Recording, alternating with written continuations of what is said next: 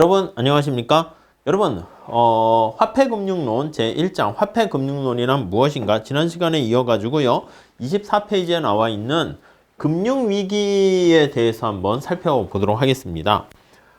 화폐가 가져다준 약간 어떤 부정적인 악영향 이것도 있는데 금융이 가져다준 또 악영향 그런 것도 있었죠. 그런 것들이 모두 복합적으로 어떤 위기 문제를 야기하게 된 것을 우리가 금융위기다 이렇게 얘기합니다. 자, 갈브레이스라는 유명한 교수님은 뭐라 그랬냐면 특히 금융공황의 근본적인 원인은 어떤 경제 자체, 특히 금융 자체에 내재되어 있는 uncertainty라는 불확실성이 내재되어 있는데 그게 사람들의 어떤 투기적 환상을 자생적으로 조장시켰기 때문에 발생한 것이다. 자, 그래서 환각에 빠진 사람들이 제정신을 찾기 어려운 거야. 그런 거와 마찬가지로 투기적 환상에 빠진 군중들이 걷잡을 수 없는 행동으로 달려가게 되는 그런 위기를 금융위기를 유발하게 된 금융위기다라고 보시면 되겠습니다. 자, 우리 그 25페이지에 가보시면은요. 역사상 최초의 어떤 폭발적인 투기, 대표적인 게 네덜란드에서 발생했던 튤립 투기라고 있죠. 암스테르담의 튤립 투기가 대표적인 사례 중에 하나인데요. 자, 거기 교재 25페이지 세 번째 단락에 보시면 16세기에 서유럽에 소개된 튤립에 대한 관심이 고조되면서 네덜란드에서는 우리가 이제 늘상 사람들이 희소성, 남과 다른 이런 것들을 원하는 욕구가 있잖아. 그러다 보니까 희귀한 튤립을 소유하게 된 경우 그 사람들의 어떤 사회적인 위신, 나 이런 사람이야. 이거를 나타내는 표상으로서의 역할을 하게 되었다는 것이죠. 자, 그래서 사람들이 수요가 몰리게 되니까 가격이 계속 올라갔는데 1636년도에 사람들에게 알려지지 않은 새로운 종류의 튤립 구근 하나가 두 마리 회색말이 끄는 완벽한 새로운 마차와 가격이 똑같대. 집 한 채와 가격이 똑같고 막 이렇게 되는 것입니다. 그래서 이제 너도 나도 이제 전 재산을 털어가지고 이 튤립을 막 사들이고 어떤 암스테르담에 정박한 어떤 선원이 배가 고파서 뭔가 이게 고구마 뿌린 줄 알고 먹었더니 그게 이 튤립의 구근을 먹은 거야. 그래가지고 집 한 채를 맛있게 먹은 거지. 그래서 감옥 가는 일도 생기고 난리도 아니었습니다. 자, 근데 이게 1673년도에 이제 갑자기 거품이 빠지기 시작하면서 이 튤립 같은 경우에도 어떤 내재 가치가 있지 않잖아. 실물적인 가치에 기반을 둔 게 아니라 사람들이 뭔가 막 몰려들면서 거기 거품이 끼게 된 약간 뭔가 투기 심리죠. 자, 그거와 맞물려 가지고 금융공황을 발생시키게 된 대표적인 사례로 우리가 얘기를 하게 됩니다. 자, 그래서 거기 보시면 상당한 재력가나 귀족들까지도 거짓 신세로 갑자기 전락하게 되었고 이 튤립의 광기가 휩쓸고 간 네덜란드 같은 경우에는 엄청난 경제 성장을 하던 과정에서 갑자기 경제 불황을 겪는 등 심각한 후유증에 빠지게 되었다. 그래서 여기 실물 가치에 기반을 두지 않은 화폐 가치가 어떤 사람들의 심리와 같이 맞물려 가지고 버블이 발생했다라고 보시면 되겠습니다. 이후에 26페이지 가보시면 100년도 지나지 않아서 프랑스의 미시시피 버블로 알려진 금융위기가 발생하였고요. 그 다음에 또 영국으로 넘어갑니다. 남해 버블, 뉴턴이 여기에 투기에 빠져들었다가 손해를 엄청 봤다는 그 영국에서 이제 또 프랑스로 갔다가 영국의 남해 주식 회사로 가게 되면서 금융위기가 또 각각 발생하게 되었다라는 거. 그래서 이것들은요 전부 다 어떤 주식에 대한 광적인 투기 열풍이 한순간 이렇게 계속 지속되다가 파국을 맞이하면서 경제의 불황과 혼란을 야기하게 되었다라고 보시면 되겠습니다. 자, 이러다가 이제 모든 총체적인 금융위기의 완성판, 끝판왕이 1929년 대공황이라 할 수 있습니다. 전 세계 자본주의, 세계 자본주의가 경험한 극단적인 총체적인 위기였다. 이렇게 나와 있죠. 자, 근데 이게 하루아침에 발생한 게 아니라 세 번째 단락에 보시면 1920년대 초반에 플로리다 지역에 부동산 투기 열풍이 있었습니다.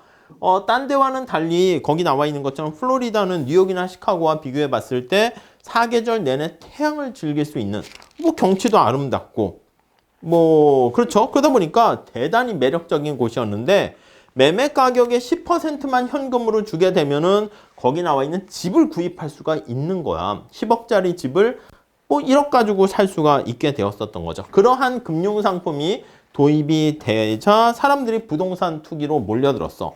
근데 이게 부동산 투기 열풍이 계속 지속적으로 이 가격을 끌어올려야 되는데 그러한 자금원, 추진력이 없어지자 붕괴되기 시작합니다. 그래서 이게 뭐 계속 로켓같이 올라가야 되는데 올라갈 수 있는 연료가 없으니까 그 다음 떨어지게 되는 거죠. 근데 이 투기를 하는 이런 세력들이 어디로 갔냐면 플로리다 부동산에서 주식시장으로 옮겨가게 됩니다. 그래서 1929년 주식시장으로 옮겨가서 주식시장이 막 화랑세를 유지하고 있다가 1929년 10월 주식시장이 대폭락을 하게 되는 것이죠. 뭐 왜? 이거는 이제 또 많은 이제 경제학자들이 연구를 또 앞으로 지속적으로 계속 하고 해왔고 지금도 하고 있는데 우리의 위기가 발생하게 되면서 우리에게 위기가 발생하게 되면서 금융시장이 자체적으로 균형으로 회복을 해야 되는데 제정신을 차리지 못하게 됨으로써 엄청난 경제 침체가 왔다라는 걸 알 수 있겠습니다. 자, 그래서 거기 그런 얘기가 나와 있는데 이런 것들의 가장 큰 원인은 뭐냐라고 하면요. 앞에서 말씀드린 것처럼 플로리다 부동산 투기 열풍 같은 경우에도 원금의 10%만 있어도 어떻게 내가 집을 살 수가 있는 새로운 금융상품이라든가 대출을 해줬단 말이야. 그렇기 때문에 우리가 그것을요. 거기 밑에서 두 번째 줄에 있죠. 레버리지 효과라고 합니다. 레버리지 지난 시간에 봤네요. 이펙트 이렇게 얘기를 하게 돼요. 자, 이게 지렛대 아니겠습니까? 그래서 거기 뭐 각주에도 나와 있습니다. 각주 22번 보시면 레버리지라는 것은 기업이 자본을 조달할 때 타인 자본에 얼마나 의존하는가. 그러니까 내가 집을 사려고 하는데 내 돈 갖고 자기 자본이죠. 그걸 갖고 일정 부분 살 수 있지만 집값이 비싸니까 빌려서라도 자기가 이제 자금을 마련해서 구입을 한단 말이야. 그때 타인 자본에 얼마나 의존하는가. 그래서 레버리지 이펙트라는 것은 타인 자본이 바로 부채다 이렇게 보시면 되겠습니다. 이러한 부채의 의존도가 얼마나 되는가 이게 바로 레버리지라고 생각하시면 되겠습니다. 자, 뭐 그 정도 우선 보시면 될 것 같고요. 자, 그래서 27페이지 10% 현금만 있으면 준비만 하면 되는 증거금 제도를 이용해 가지고 자산을 10억 달러로 불리게 되는 골드만삭스도 거기 보니까 1928년에 1억 달러의 자본금으로 만들어져 가지고 계속 자회사를 설립하면서 레버리지 효과를 증대했다라는 얘기 거기 나와 있습니다. 물론 이렇게 다른 사람의 돈을 빌려가지고 타인 자본에 의존해가지고 내가 어떤 사업을 벌리거나 뭐 집을 사거나 이거 괜찮아요. 경제가 화랑되고 계속 뭐가 좋아질 때. 근데 불황이 닥칠 때 위기가 재촉되게 됩니다. 위기를 더 재촉시키게 됩니다. 거기 보니까 설립 당시 골드만삭스의 주식이 104달러에 거래가 되었었는데 1년도 지나지 않아서 104달러였는데 2배 이상 올라갔어. 222.5달러까지 올라갔는데 시장이 붕괴되면서 얼마? 1.75달러로 폭락했습니다. 그러니까 대공황의 위력이 얼마나 큰가를 알려주고 있습니다. 자, 근데 1929년에 이런 것들이 총체적으로 발생하게 되었고 또 극단적으로 발생하게 되었습니다. 균형으로 회복할 수 있는 시장의 힘을 갖지 못하게 된 걸 알 수가 있고 그래서 중간에 보면 이래서 미국의 정부는 안 되겠다. 뭔가 규제를 해야겠다라고 생각을 해서요. 거기 보시면 증권거래위원회 SEC를 이렇게 설립하게 되었고 무제한 자회사 설립을 금지했어요. 무제한적으로 자회사 설립을 골드만삭스가 이렇게 하다가 위기를 맞게 됐다고 그랬죠. 설립을 금지하게 되었고요. 네. 그 다음에 거기 보시면 증거금 제도도 대폭 정비하였다. 그래서 지금 첫 번째 줄에 나와 있는 증거금 제도를 정비하였다. 이렇게 해서 뭔가 규제 쪽으로 가게 된 것을 알 수가 있습니다. 자, 그 다음에 거기 보시면은 1930년대 대공황 이후에 경제 규제 완화 이런 거와 더불어 금융 혁신 이렇게 되다가 다시 또 2007년, 2008년 글로벌 금융 위기를 맞닥뜨리게 된 거죠. 자, 그래서 거기 보시면 낮은 인플레이션과 더불어서요. 지속적인 경제 성장의 상태가 20년 동안 계속된 거야. 이게 앞으로 예전과 같이 또 케인즈 경제학자가 등장하게 되면서 정부가 적절한 규제와 더불어서 또 규제 완화 금융시장을 하게 되면서 이렇게 버블이 끼게 되었고요. 거기 보시면 28페이지에 라인하트와 로고프 교수가 쓴 이제는 예전과는 다르다, 이번엔 다르다라는 뭐 그런 사람들의 생각 있잖아. 나는 아닐 거야. 뭐 이런 거 있죠. 뭐 그런 것처럼 이번은 옛날과는 달라.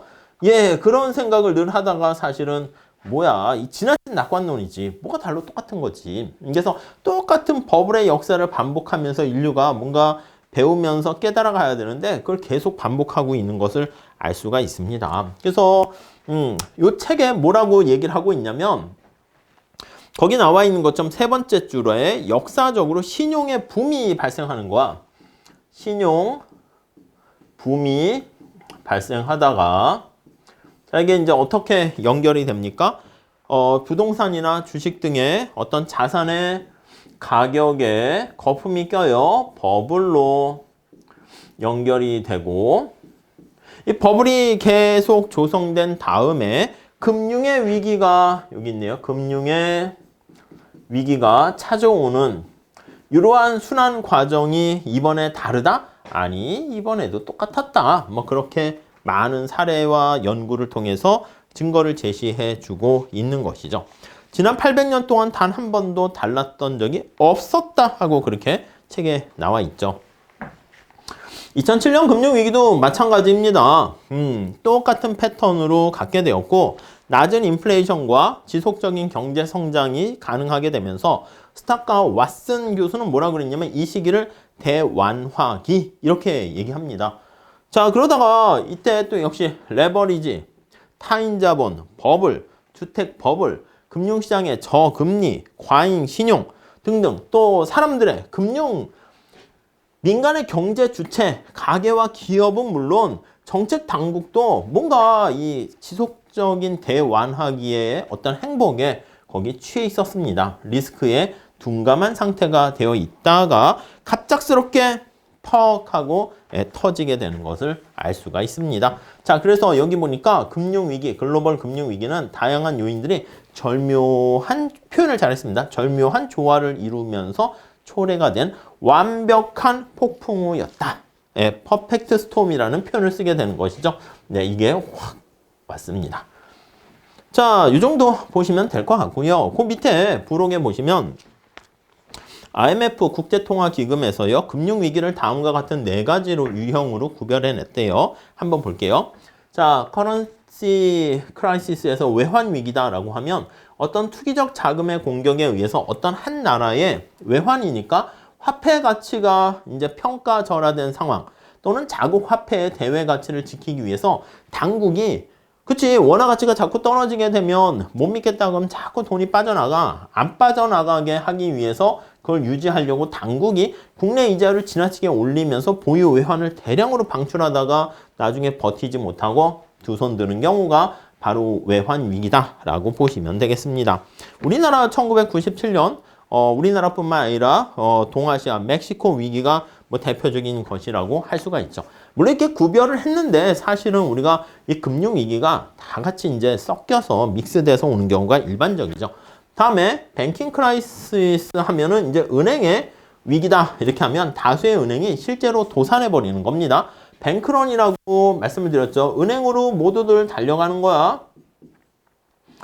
은행이 파산되면 내가 예금했던 돈을 건지지 못하잖아. 그러니까 사람들이 내 돈 먼저 빼내려고 예금 인출 사태가 갑작스럽게 막 일어나게 되는 거야. 그러다가 갑자기 지급준비금으로 가지고 있던 돈이 부족해서 돈을 못 내주잖아. 예금에 대해서 제 돈 주세요 했는데 못 주게 되면 진짜 사람들이 불신이 만연되게 되는 것이고 그 결과 그걸 걷잡을 수 없게 되는 거야. 그래서 예금 인출을 중단하는 사태가 발생하게 되면 진짜 그게 은행의 위기가 되는 것이고 정부, 중앙은행이 최종 대부자 역할을 하게 되기 때문에 그래서 개입을 해가지고 은행의 위기를 극복하려고 많이 노력을 하게 되는 것이죠. 자, 그래서 은행의 위기가 광범위하게 발생하는 경우에는 당연히 은행 시스템뿐만 아니라 금융 시스템 전체가 위기가 될 수 있다는 거 알 수가 있게 됩니다. 그 다음에 시스템 금융 위기다 이렇게 얘기합니다. 거기 나와 있는 것처럼 심각한 금융시장의 혼란으로 인해 가지고 시장의 기능 자체가 정상적으로 작동하지 못하면서 실물 경제까지 영향을 미치게 되는 것을 바로 시스템 금융 위기다 이렇게 얘기합니다. 다음 외채 위기라고 합니다. 한 나라의 민간 또는 정부가 다른 나라에게 돈을 빌린 거야. 외채 원리금을 갚지 못한 거야. 미국과 뭐 이런 데 돈을 빌렸는데 야 돈 갚아 했는데 아이고 돈이 없네 이렇게 되는 상황이죠. 자, 특히 금융 부분이 구조적으로 왜곡되어 있는 가운데 지속 불가능한 금융 불균형이 누적되게 되면 금융 위기가 발생하게 되는 것이고 지금 요거는 4가지 유형으로 분류를 해놨지만 실제로 나타나는 금융 위기는 당연히 어떻게 될까요? 이런 것들이 적절하게 섞여가지고 또 다른 파생되는 변이 형태로 확산되기도 한다라고 보시면 되겠습니다. 자, 이렇게 최근에는 거기 보시면 한 나라의 위기가 그 나라에 지역적으로 국한되는 게 아니라 다른 나라까지 같이 파급되는 전염된다라는 표현을 쓰게 되는데 그런 글로벌 경제 전체의 위기가 많이 발생하고 있다는 거 알 수가 있습니다. 전 세계가 하나의 어떤 네트워크로 생태계로 몰려 있게 엮여 있기 때문에 발생하는 현상이라고 볼 수 있겠죠. 자, 여기까지 할게요. 감사합니다.